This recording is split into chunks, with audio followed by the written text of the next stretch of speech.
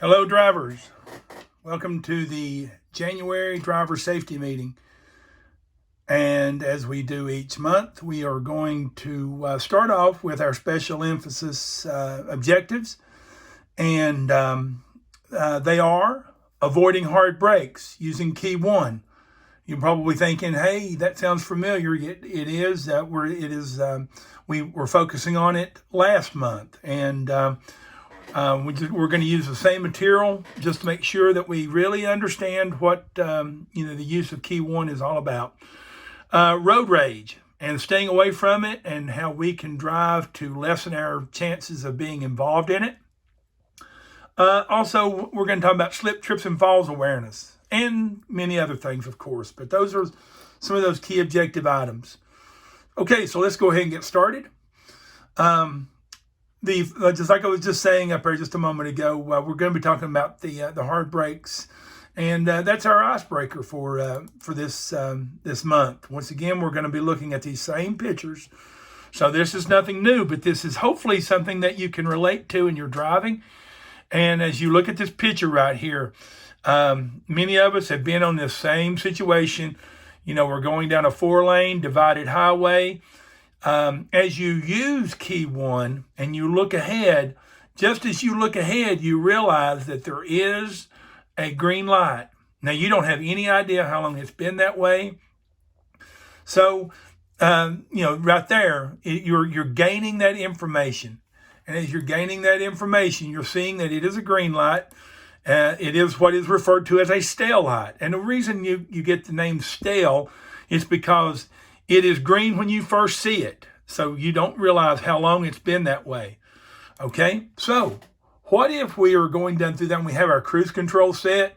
We're doing 55 miles an hour at this point, and we're realizing all this is happening. And by using that 15-second idle lead time, we're able to kind of measure how far and how fast that our product's delivery equipment is going down the road. So what if we fail to do any of this, okay?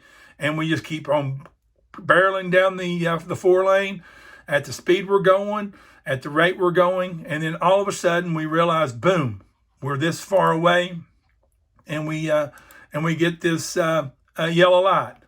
You can see the distance, okay? Use your own depth perception as far as driving down the road, and you can see the light's just now turning yellow.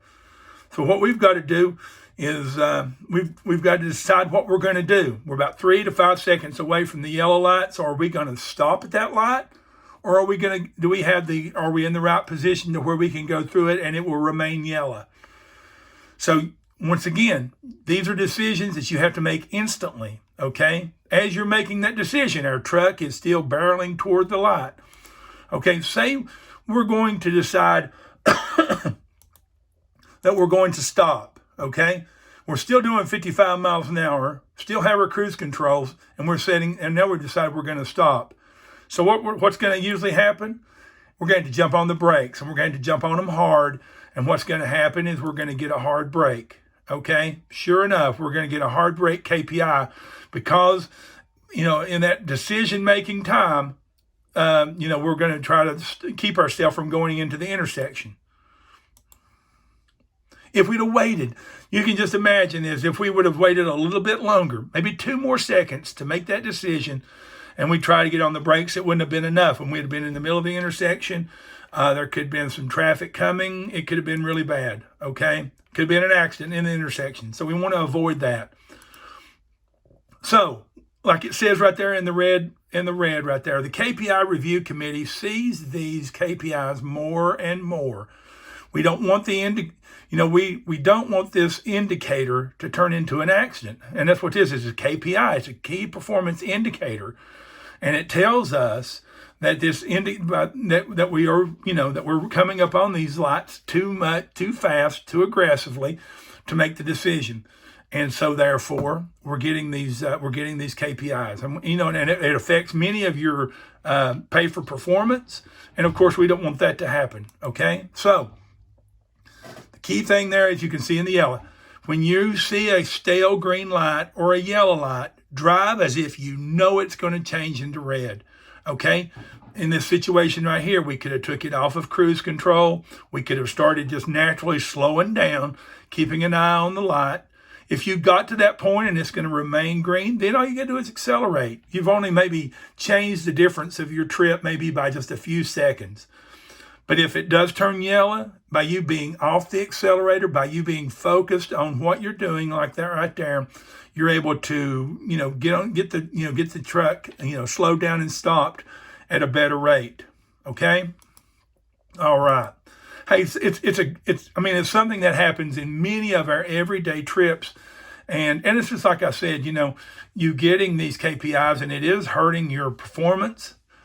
But above all, we don't want this to turn into an accident. So think about it as you as you're taking your next trip and trips ahead of yourself. Okay, so let's keep moving on here. The next thing, of course, is talking about the wellness nugget. You can see the wellness nugget for January, and it is the components of wellness. All 5 of these items are needed for optimum well-being.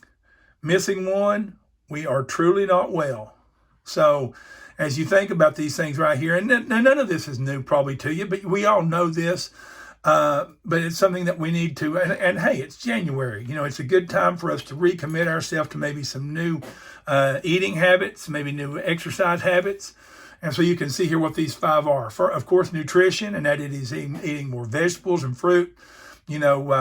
If you're not used to it, maybe start packing your lunch. That way you maybe you bring a little bit more, better food on your trip instead of eating out at the truck stop or out of a candy machine or something like that. Exercise, of course, that is one of those, things that a lot of drivers don't get much of because of just the nature of their work. But there are things that you can do. And if you just do a little bit more than you did yesterday, maybe you walk when you get home, maybe you walk around the block, or maybe just, around your property, or do something that is just a little bit of exercise to get your heart rate up. If you do more than you did yesterday, you're doing better. Okay? Sleep. Part of having a good, healthy body is it has to be rest. And, so make sure you have a good sleeping environment. And that you plan your day and your night to where you're going to be able to get some good restorative sleep. Positive relationships. This is a relationship between any 2 people who support and encourage each other, listen, communicate, trust, and respect. And the thing about it is and one of the things that many of us deal with is stress.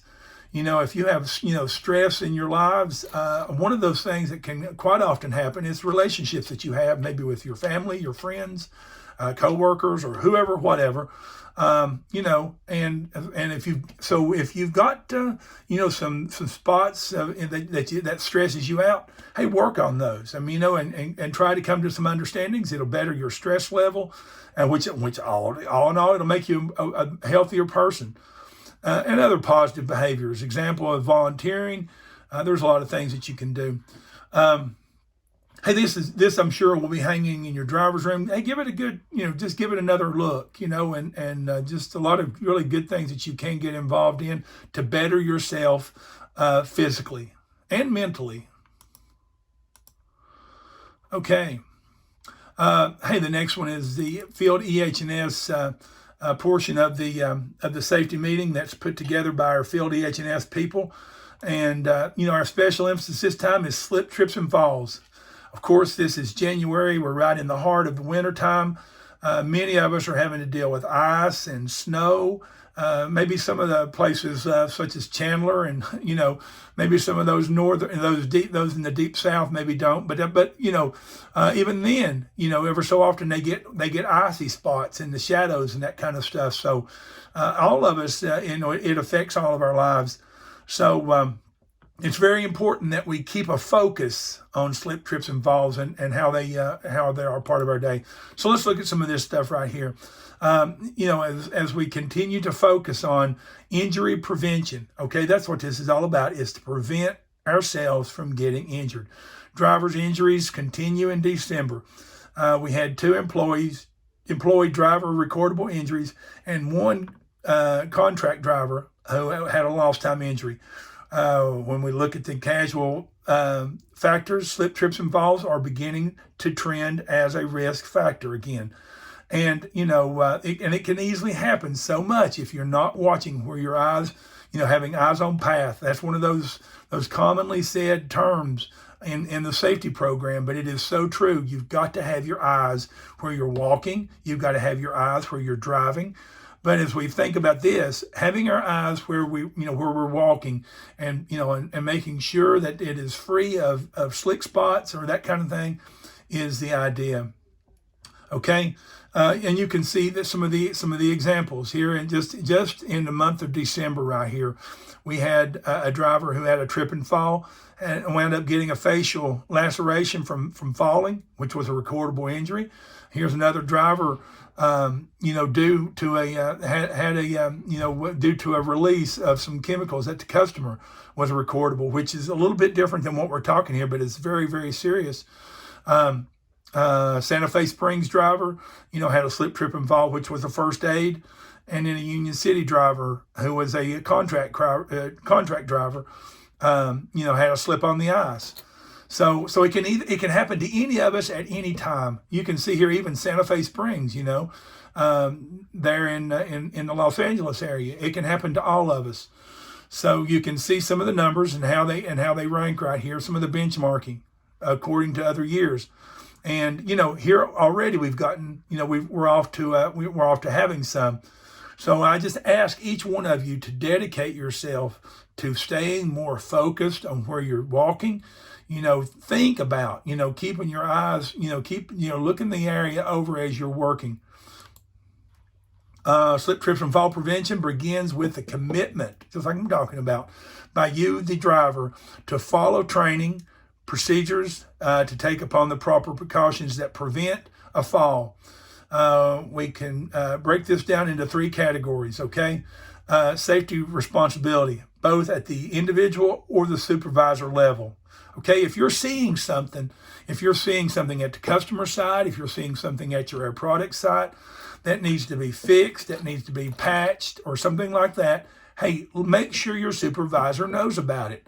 If you're at a customer site and you're seeing a trip hazard or a slip hazard that is there more than once, take a picture of it. That way we know exactly what you're talking about and what it looks like. Okay? Exiting and entering the cab, and as you're getting out and looking, and as you're climbing in and out, making the deliveries and preparing to make a delivery, make sure you've got 3 points of contact as you're getting in and out of the truck. And then as you're walking back, you're wanting to look the area over. That's what you're doing that get out and look for, is to look the site over. So really get your bang for your buck. As you're walking back there, you're not only looking for driving hazards, but it's also the hazards that's going to be around you while you're trying to make the delivery. As you're walking around where the tank is, or where you're going to be walking up and down the side of the truck, you want to make sure you're aware of where the hazardous spots are before you start to work, which it brings on number 3, and that's the loading and unloading hazards. So these right here are 3 really good elements to your prevention. For sure, take personal responsibility. Okay, just to kind of do this, kind of a little quick. We all need to take personal responsibility for our safety. It's got to start with ourselves. Every employee has to make a commitment to walking safely. It's one of those things that we get so caught up in our driving safety, but we've also got to think about our walking safety each and every day. And assess the surroundings as you're, the whole time. It's the same way as using the Smith system keys in your driving. You're assessing, where you are in traffic and that kind of thing. Hey, the same thing goes when you're working outside and walking around the delivery side, or you're walking around the Air Products yard. You want to assess your surroundings always. Watch every step that you take. I mentioned the 3 points of contact, how important they are. Hey, and make sure you got good footwear. If you've got work shoes or work boots that are worn, or they're getting some damage to the bottom of them, hey, take your boots to your manager so you can get you some new ones ordered. Okay. Every employee must take the safest path when walking. Okay, just because it maybe is a shortcut, you might be like at a customer side and you can see, well, I can maybe, step over this chain and go across this and do that to make my, make it a little faster. And then there's where you're going to find yourself hurting yourself. So, make sure you're taking the safest path. Maybe it's not the shortest, but by all means, you want it to be the safest way. Supervisor responsibility. Once again, you want to make sure that you're contacting your supervisor with any of the information that they can not only share with your fellow drivers in safety meetings and their one-on-one contacts, but also that they can respond to it and get some of the hazards fixed. Okay. Loading and unloading safely. By all means, as you're working, make sure you're where your hoses are. If you've got a hose that's draped right at where your feet, where you're walking around, make sure you stay constantly focused where that hose is, so you don't step on it and turn your ankle, that kind of thing. If you are, if you're an MRI driver or you're a microbuck driver, and you're having to move liquid cylinders around, make sure you're doing that safely, okay? You want to make sure that you're surveying your path and that you are doing that 100% safely. Some of the numbers you can see here. Here's a couple of the accidents that I spoke of just a moment ago. Bosra driver, basically you can see here after getting off of a tractor at the end of the shift, the driver tripped on an uneven patch of asphalt. You can kind of see here this reenactment right here in this, where his foot goes into this crack. Here's the release right here. And drivers, the thing that we can all take from this right here, we go to different kind of chemical plants. We go to different kind of customers that does have, some harmful, toxic things in the area. 99 times out of 100, it's going to be under control, but you always want to be aware of what is in our surroundings. And if you sense that there is anything out of the ordinary, don't continue working. Get yourself out of that area. Contact your customer people and have it checked out. If it's nothing, then good. But you don't want to put yourself at risk. This right here, it came, as it came to be found out, they did some work on this area right here, and some bolts were still loose, and it caused some, caused a release. And so our driver, I think our driver's going to be okay, but he's had to get some medical treatment from this. So it's very, very serious. I mean, this is a very serious subject. No matter where you're working and what the customer is. If you want to be aware, first and foremost, you want to be aware of what's in your delivery area. If you need to ask questions of your customer, hey, do so. If you're not comfortable with this kind of thing, make your calls to logistics and to your driver manager, so you can, so we can get these kind of to where you do feel, if it's an issue that needs to be addressed, that it is addressed. Okay. And finally, the contract driver basically slipped on some ice and messed up his, some of the tendons in his knee. Hey, guys, you got to look where you're going, and then, always, when the weather is like that, and you're walking from one area to another, walk like you're expecting a patch of ice anytime, and you'll be in good shape. Okay, be aware of your surroundings, watch your step, and make sure your footwear is in good condition. There's the numbers. So where we are in the year so far, we got five injuries. And so you can kind of see some of the comparisons to where we were. And what we've, kind of, benching from last year. So what we need some zeros, all this right here, and it all depends on you, the driver. This right here is basically your performance, and hey, you got to be on the lookout, plain and simple. All right, hey, let's move on. Here's the video that Lisa has put together for us. And, one of those things that is part of driving on the road is the possibilities that you could get yourself involved in a road rage situation, which happened a couple times this past month. And so let's see what Lisa has to say for it. Road rage. COVID-19, politics, stimulus money, all of these things are on people's mind right now.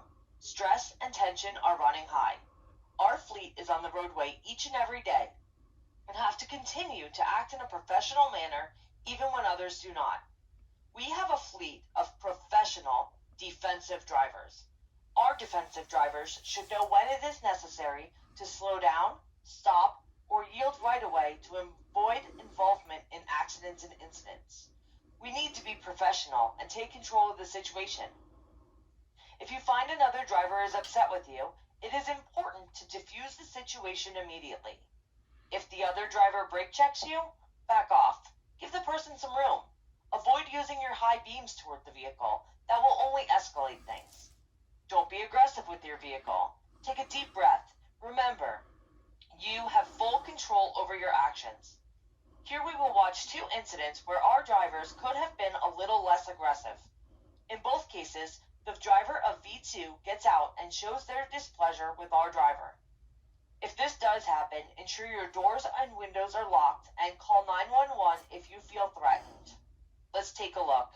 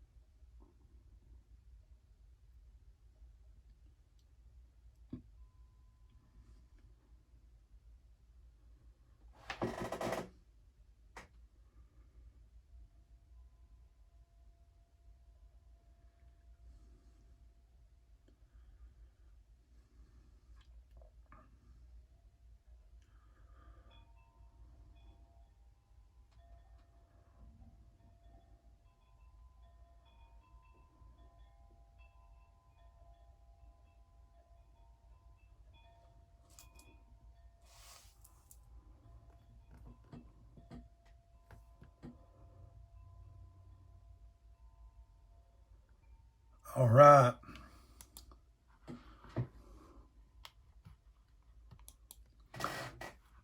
So hey, just some things for us to think about, after you've watched these videos, and and in this, when the thing is, as you watch these two videos, you may say, well, what did he do? What did I do? If you're the driver, you get in that situation, you're thinking, hey, I didn't do anything. Maybe I was a little too close, but hey, I wasn't gonna hurt. I wasn't gonna hit him. But the thing about it is kind of like in that snow video, tensions are really running high, probably with that driver nervous and probably with a truck closer to him than he feels like you should be. If you're seeing any kind of hand gestures, you're getting any kind of feedback from, driver two, hey, just let them go. Even if you've got to stop, or you've got to maybe, do whatever to let them go on and get out of your life, then they're gone. And then you can go on about your business. So some of the questions, have you ever been in that situation? A lot of us, if you spend any, few number of years on the road, that something's going to happen, either that we are in the wrong, or it was assumed that we were in the wrong, or we were too close, we're too aggressive, or whatever, and something gets escalated like this. So, and the third question you have down there, have you ever been the one with the rage? Have you ever felt like, well, gosh, I wish this truck would get off my hind end, or I wish that, boy, that guy is too close to me, or did you just see what he did? Those kind of things. And you get yourself all worked up and all mad. So what can we do to diffuse the situation? The first thing you can do is back way off of it. The other thing is to avoid eye contact. That's one of those worst things that I have realized in my years of driving, and you probably can relate, that if you make eye contact, that's when it can really get escalated. If you just keep your eyes straight ahead, a lot of times the guy will get mad and go on about his business, but he'll be out of your life. Don't start putting high beams into their their back window and that kind of stuff. It just makes things worse. And, and of course, we want to watch what we say and make sure we don't do any kind of unnecessary gestures with our hands. Bottom line, guys, is we need to be the professional and, think about our driving. If we make a mistake, in our driving, like maybe we change lanes too early and we crowd somebody or something like that, be a professional about it and let it go on. Sometimes we make mistakes, but don't turn it into a push and shove match. So, hey, I think it's really a good, positive thing for us to remind ourselves about it. We haven't talked about road rage in a long time in the fleet. And so it's a good reminder just to, if you get in that deal, just let it get on past you. Okay, hey, let's move on here. Here's our remote observation picture of the month. I only had one this time, but this is Nate Liddell. I think I'm saying Nate's name correctly, but he's a Butler driver.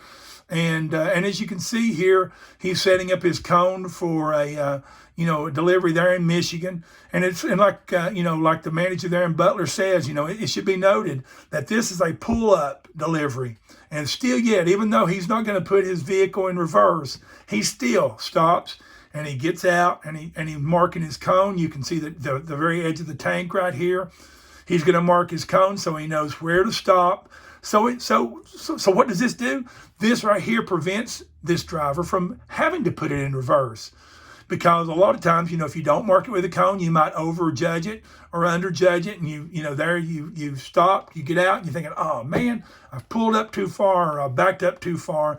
And you have to move your equipment. So you might have to put it in reverse when you don't need to. So good job by this driver right here. We can always, and we appreciate all the work that all you guys are doing. And getting out and looking. We're seeing the numbers. The numbers are telling the story. We're seeing more and more and more of the cases where you guys are getting out of your vehicle and looking and using your cones and, doing it the right way. Plain and simple. Let's move on. Roadside inspections. Going to be brief about this. You can. I'm sure your manager will stress it more in his safety meeting with you. But you can see here we had a total of 48 inspections. And of these right here, we had 12 that had violations. And you can see here we had 2 that were out of service. And so, you can see we had a driver here that had a tire, a tire that was flat, inoperable turn signals, which, both of these things right here can be avoided. And the thing about it is of course, every time you look at these right here, it tells us we need to do better pre-trip, better post-trip inspections. Some of the other violations right here, failure to obey traffic control signals and signs. And here the one on the very bottom of this first page, violation of local law. And the final one down at the very bottom, we had a driver here using a handheld mobile telephone. So, all these right here are lessons that teach us that we need that we can all get better, So as you see, if there's any of these things right here, shipping paper accessibility, that's that kind of stuff you're thinking, that'll never happen to me. That'll never happen to me. I'll just do this, I'll do that. And then you can see, you get into a DOT stop or a weigh station, and all of a sudden you can't find your shipping paper. And then when you do, you can see that it's maybe tucked away in your own paperwork and you're going to get wrote up for it. Inoperable low beams. So, all these kind of things are things that we get hit with. Okay. Let me X out of this and move on.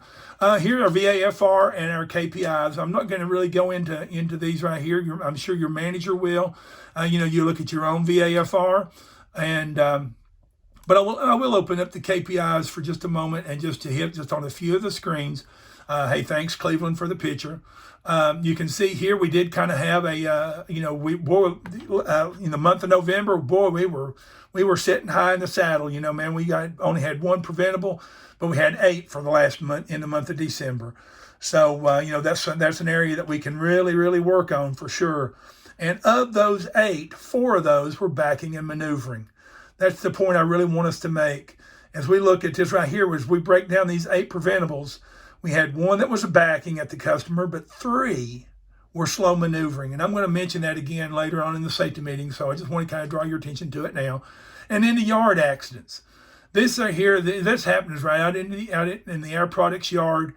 Something that if we think about it, we think, well, how could that happen? The backing. You're backing in a place that is, that you should be very familiar with, but still, we back in and we hit poles and we hit parked cars and all kind of items. Here's a hydraulic line pull, a drop trailer. All these right here, and these are preventable accidents. And the other thing I just want to just kind of show you is what the KPIs. Right here, I want to say a big hearty attaboy to all of you drivers. Look at these overspeed violations, what we're down to, having 6 for the month. That is fantastic. And so, great job. Look where we've gone from August, 26 in August, and it's been a steady decline. So keep up the good work. Get your vehicle under control as you're starting down a hill, making sure that you're not going to be doing any speeding, and the hard brakes. You see the hard brakes, what the trouble we've been having. The last 2 months, we've really done good. So keep up the good work on that. Use that key 1 that I talked about at the very beginning of our safety meeting. But here's an area of concern, our roll stability activations. As I'm bragging here, look at the problems we're having here on roll stability. So, drivers, this is taking curves too fast. This is exit ramps, on ramps too fast. That's when most of this right here is happening. Okay. Hey, let me move on out of this. I'm sure you'll get a chance to look at the other slides in more detail. And once again, when your manager's with you talking about his part of the safety meeting, he'll talk about your top 10 list, your customer sites. So be thinking about that so you can have that conversation on places that you feel like that needs to be addressed. Hey, the question of the month. The question of the month, let me open it up, is this is an image that we captured in November. And, once again, this is one of those deals that we can easily find ourselves in traffic. But if this right here is your view out the windshield, and you're looking right straight ahead, where is your eyes focusing on? If you're driving down the road, where's your eyes focusing on? Hey, you can't help it. It's right here. You're this close. You're at least 2, less than, you are just right off the bumper. Your critical, your collision mitigation has to be going crazy right here. But you're right off the bumper of this car. As you're driving here, you have to be focusing right here on these brake lights and on the bumper of this car, because your safety is right here. So what that is, that's robbing you from being able to collect any other information, any information at all. So what can we do? Hey, we can slow down. All you got to do is take your foot off the accelerator for just a second and let this situation get on up ahead of you. And then you can get your speed back up and you're fine. But there is no reason whatsoever for you to be in this tight, traffic right here. Because, it is like you can see right here, this is a no-win situation. When you're this close, you're talking, the drivers I always hear drivers talking about, them bells and whistles. I bet right here the bells and whistles are really going off. So, all you got to do is back off and let them go on. Then get your speed back up to where you can better focus on safe driving. Okay? All right. Hey, you've heard me speak a lot about, the key 1, but here it's also very important as you think about the question of the month is what key 2, getting the big picture, but for you to get the big picture, you've got to have good following distance. And as I wrote right here, what does following distance have to do with it, and how does that benefit you in your driving? Well, I hope that's a very easy question for you because, your following distance, if you've got good following distance, it allows you what? It gives you 3 things that you can gain. You can gain your space, it can gain visibility, and it gains you time. Okay, by you having that following distance where it gives you space to make decisions, it gives you visibility to where you can really see what's going on around you and ahead of you. And by having these 2, it gives you time to make the safe decisions in your travel. Okay. Hey, just one quick thing here to focus on, and if you remember back during the summer, I talked about the 5 P's of slow maneuvering, and for 2 or 3 months I talked about the 5 P's, so I think it's a good thing for us to revisit what those are. We've had 8, out of the 8 accidents, 3 of these were slow maneuvering, and that's just you maneuvering through the customer site. So let's see what those 5 P's are, and kind of pay attention to what those 5 P's are, because you very well may see that question come up later. 5 P's. It's real simple. P1, plan ahead. As you're going through security, or as you're coming into the customer site, plan ahead. By looking far enough ahead, investigate the road or the path that you're taking. I mean, it's real simple. You just want to plan ahead.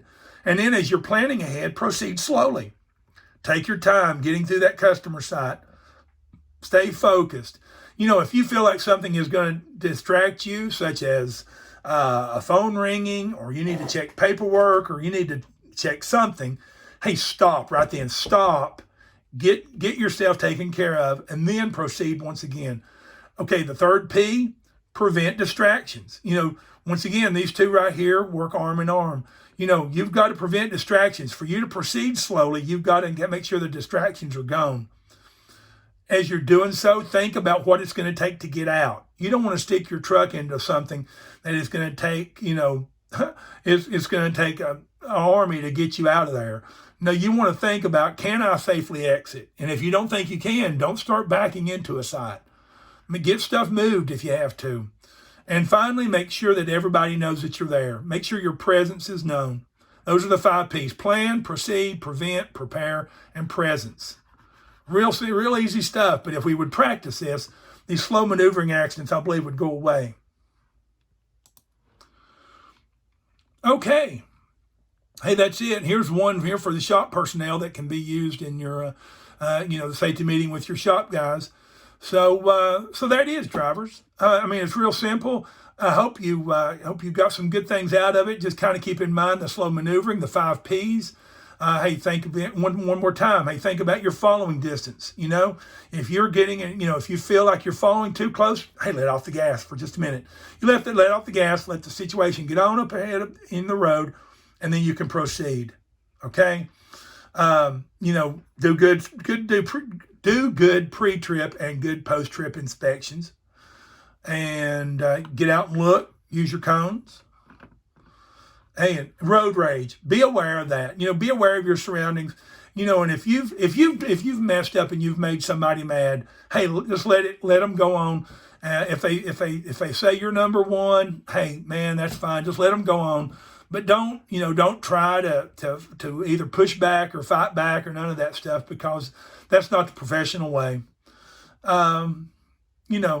Stay healthy, as it says in the nugget, and slip, trips, and falls. You want to make sure you're aware of that. And once again, use that key 1. Look far up ahead of the road. If you see a light change or you're seeing brake lights, right then start reacting to it. Okay, drivers. Hey, that's it for this month.